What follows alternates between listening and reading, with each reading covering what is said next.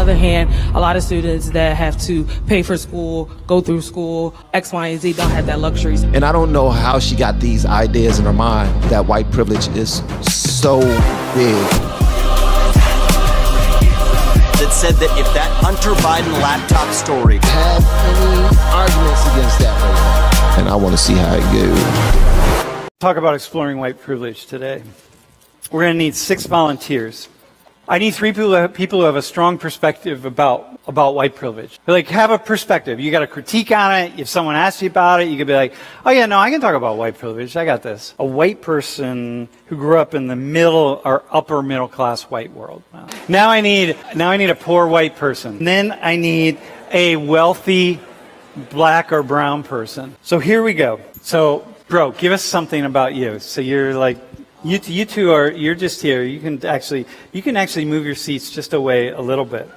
If I was a professor, this is the type of professor I would be. I would be laid back, let the people know, let the youngins know that they can talk to me, they can relate to me, and I'm not here to just be the only voice in the room. You know what I mean? I want to hear your voice too.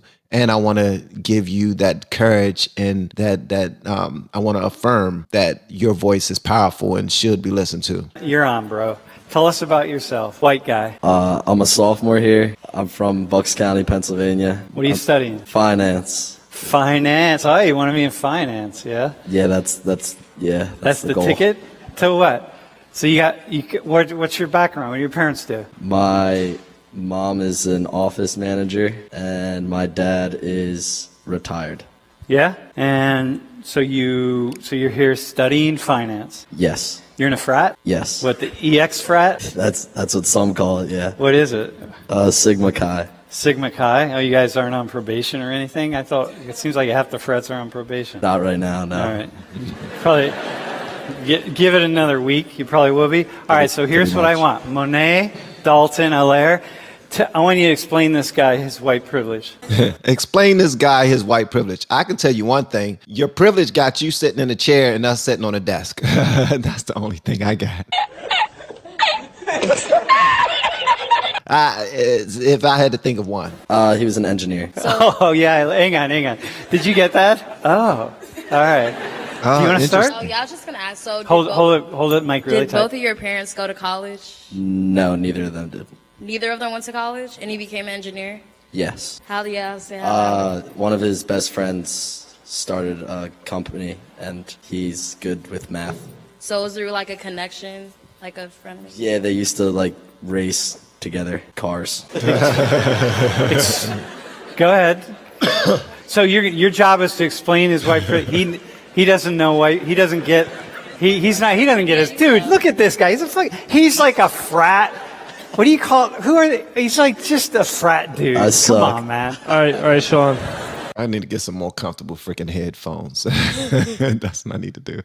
I was sitting with these headphones on my ear last night when I went live, and these bad boys was on my ear for 4 hours. 4 hours. We had a great conversation. Shout out to the LFR family, man. Y'all are so dope. Much love to you guys. But we had a phenomenal conversation did a 4.5 hour live stream on Twitch, and it was so cool. So much love to you guys. But I do need some more comfortable headphones. Got my ears hurt. What all he thinks about is beer and beer. And you know what I mean? Beer. I would say women, but whatever. But just beer. He hasn't even got to women yet. It's just beer, bro. So you're going to explain white privilege to this guy? Yeah, all right. This guy. Have you ever? Do you look in the mirror and think about your white privilege, bro? Not usually, no. Okay. I mean, in other words, never. All right. All right. So the way I look at it is it's probably a combination like two things, right? So the first thing is, if you were to just like say, let's say like before you were born, right? It was like you're going to be either born white or black, and then you were randomly selected into like one white or black family. Most people, if their goal was to be born into the best opportunity, you would choose white because there's more white people in better opportunities than there are black people in good opportunities. And not only in this country, but like in the whole world. So like, I think that assumption is disrespectful. I don't think anybody would choose to be white simply because of opportunities. If anyone choose to have their being defined, have their entire being, have it get defined by opportunities, that's that's a false way to start off your life right then and there, because you're an opportunist and you're just looking toward the positive. What about your living altogether, your culture, your experiences, all of that? I don't know anyone, not one black person, who, if they had to be born all over again and they can choose their race, would choose white. I don't know that. Even regardless of everything that they've gone through in their own lives, they will still choose to be black because that's what they know and that's what they're comfortable with and that's what they love. Regardless of the hardships, that's what they would choose. All black people and all white people, right? And then another thing is, depending on which country you're in, like, you know, America, like, I don't know, like, I'm white, right? And I'm right. I have some black friends that say being black never held them back about nothing.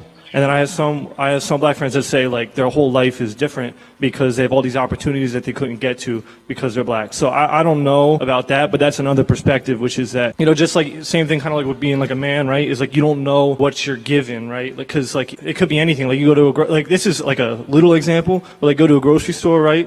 All right, hang on though. Before you give that example, go to Alaire first. We can come back to that. Okay.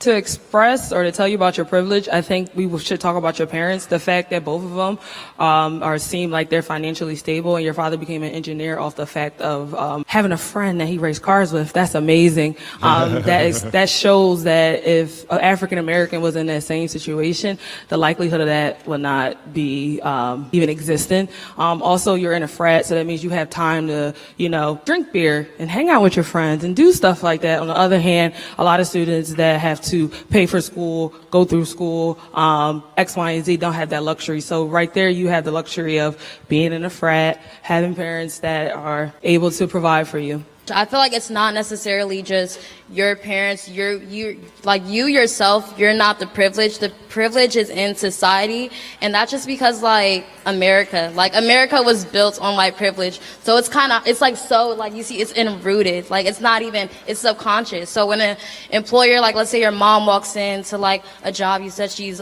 office management, something like that. Yeah, so let's say when she walks in there, you know, she'd have the same tone, and then like someone of another look or aspects have the same tone, and the employer subconsciously is just gonna gravitate more towards her, maybe because the other person comes off aggressive, but they're doing the same exact thing. And like he just said, if someone of like another race were to say something like what she just said, or something like what I just said in the same exact tone, it would be subconsciously interpreted another way. So that's why like the privilege comes into the way society like automatically views a certain groups. Like one group is automatically subconsciously viewed as aggressive, while the others seems like, oh, you know, this is more suited for the workplace, different things like that. So it's not just like you and your family itself, it's America. And I feel like in order for us to fix like that part of America, which, you know, was made in like the 1800s and slavery and Jim Crow and all that, I feel like we have to acknowledge like that it's a thing, and that's like we have to circumvent it in that way.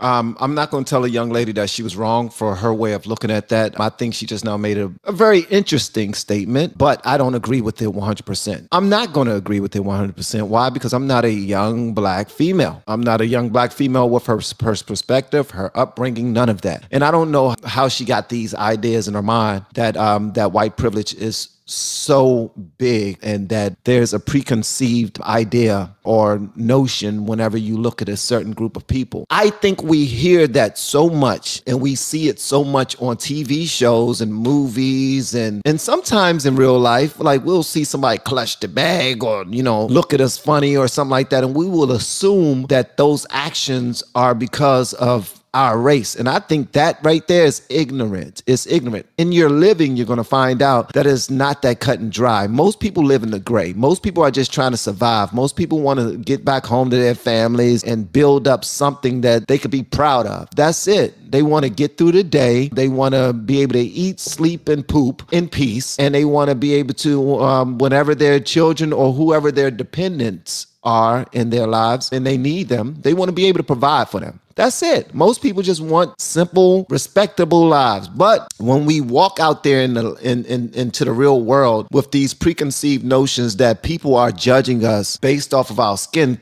color or skin tone, I have to say, most times you're wrong. Most times you're wrong. Sometimes you're right, but most times you're wrong. Now, some people like to err on the side of caution. I'm not the type of person, well, I do err on the side of caution. I prepare for the worst, but I expect the best from everybody. I expect the best from everyone, but I do prepare for tough times. That's what puts me most in a conservative space, because it makes me really lock in with career goals, with making sure all of my T's are crossed and my I's are dotted and all of those things. But then it also put a certain level of responsibility on my back to try and reach across. You know how politicians claim to reach across the aisle and all that other stuff. Well, they do reach across the aisle, believe it or not, but they reach across the aisle just for strategic purposes. They know that in order to get what I want, I have to